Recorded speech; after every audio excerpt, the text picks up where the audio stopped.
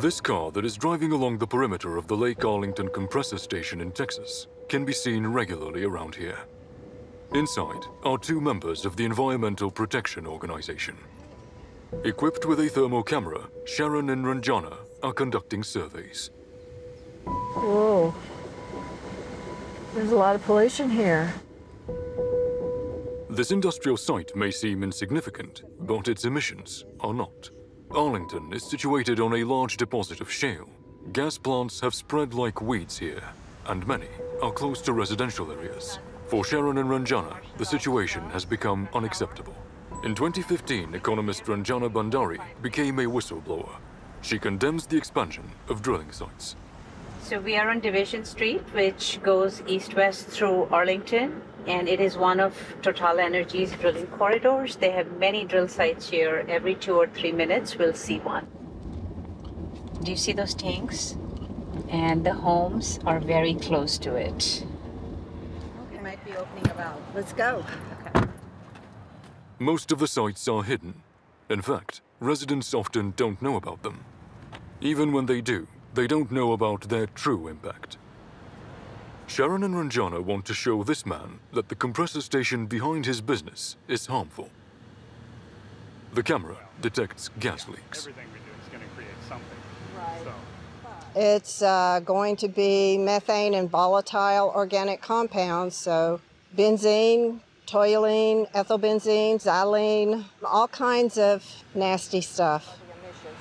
Richard Hausman was unaware of the toxicity levels here.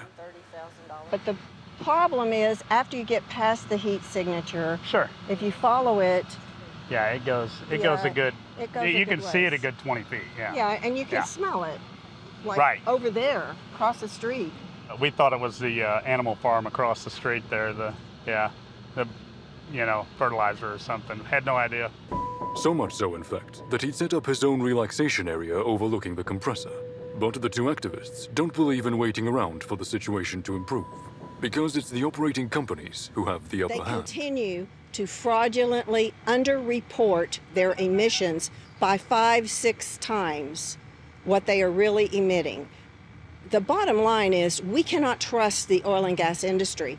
And in the United States, our regulatory system is set up as a self-reporting system. It's difficult to calculate Total Energy's emissions, as the company does everything it can to hide the impact of its operations. An unmarked police car is restricting access to this complex. The major French company operates 32 drilling sites in Arlington. It is forbidden to approach the sites and check the emissions. Ranjana Bandari has found a loophole, a motel that neighbors the site. But upon her return today, she was met with a surprise. We are next to Total Energy's Truman drill site.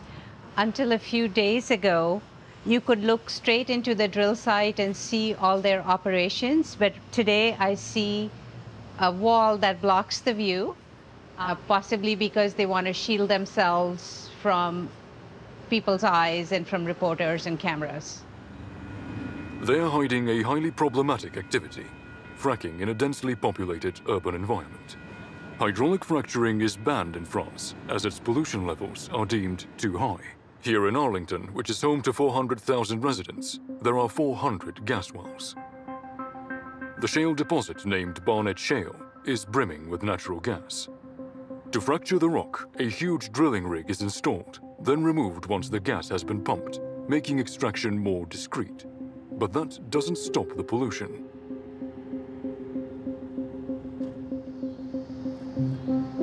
To raise residents' awareness of the various risks, Ranjana regularly goes from door to door, campaigning in neighborhoods next to fracking sites. This one in particular is Bruder. If you have any issues with smells, noise, anything like that, you can call the state to make any complaints about air issues. Okay. And the best way to make the complaint. In fact, one neighbor is infuriated by the pollution. He has just filed a report.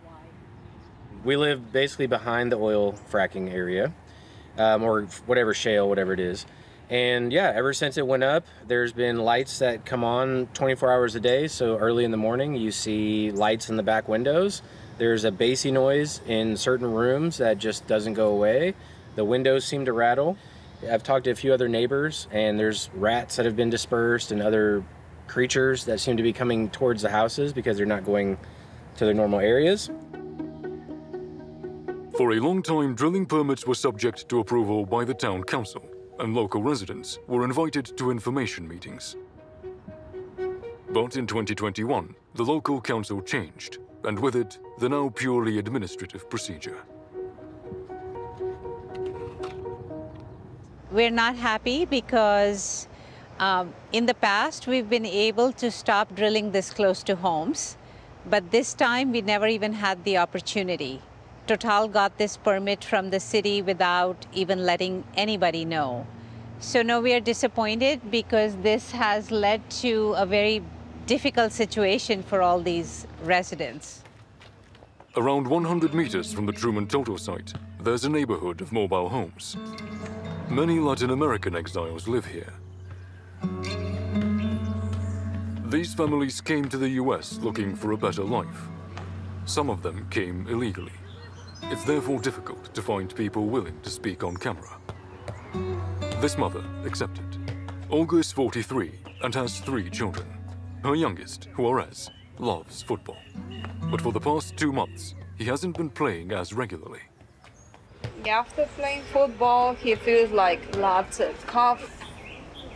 At night time, he's lots of cough. And we got lots of allergies at home. But I hear a lot of kids here, they have asthma problems. My husband too. I don't think this place with that issue, I don't think it's too safe for us. But we have no place to go. Due to her income, Olga can only care for her son using products bought from the local supermarket. Drilling began in the neighborhood at the same time as the symptoms. But the link between cause and effect cannot be established for certain for this family. According to a study, asthma affects around 9% of Americans.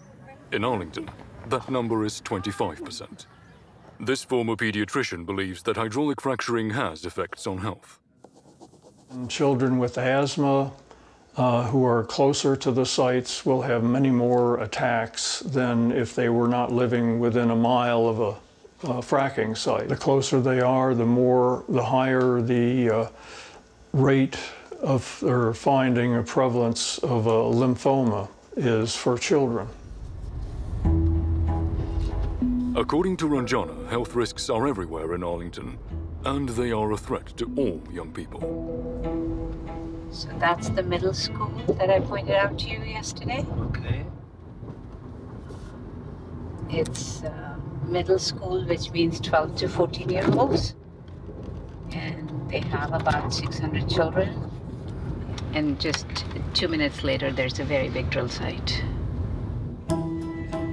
Fracking skyrocketed in Arlington around 10 years ago. Landowners sold their rights to companies like Total in order to secure an income, but this income has decreased over time. Some small owners barely receive anything, which is not the case for the big oil companies, who profit from the price increases caused by the conflict in Ukraine. So what is Total doing here? I think they realize that this is an opportunity. The war gives them an opportunity to make these huge investments in taking gas out of here in a country, in a state which really does not care about people, has very few regulations, and shipping it to Europe. But to do that, they're making very, very massive investments. Now we're heading to Houston, the American capital of hydrocarbon. Since Total Energies did not respond to our request for an interview, we are speaking to the trade union for workers in the energy sector. For them, natural gas in America now offers job prospects for years to come. I think the Russian invasion of Ukraine, it was a game changer. Our relationship with Russia, Europe's relationship with Russia, it's not going back to the 90s anytime soon. So I think investors are saying, okay, where's our stable places you can produce natural gas that you can export it easily from? The United States has political stability, we have the infrastructure, And we have the geography because we have these ports that are connected to places where you can produce natural gas. So we are very well positioned to provide to the world markets. Today, Arlington is unveiling its new fountain in the city center. It's a donation from the Tomorrow Arlington Foundation, a municipal body endowed with $100 million from oil and gas revenue. But does the city really do enough to control the activity of hydrocarbon companies? It's not what some represent, that it's just a blank check to come in and drill. There's limitations, there's standards, there's requirements that these companies have to abide by. And what about Total Energies? We've been permitting wells for a while now. They don't get to go everywhere they want to go, but we have a great relationship. So I'm happy with Total. Yeah. Ranjana is not satisfied by this speech at all. She has already been to court several times to prevent drilling permits from being issued. This lake represents her first victory against the gas industry. An operator wanted to store fracking wastewater in a nearby well. That water could have contaminated this lake. 3,000 Arlington residents came together in our campaign to get the state to deny the well. In the end, we won. We not only saved the drinking water of everybody who lives here, but we also showed that when people unite, people power can win even when your opponent is very wealthy and powerful. But the fight for quality of life in Arlington will carry on for a while, as the appetite for fossil fuels in the US seems to be never-ending.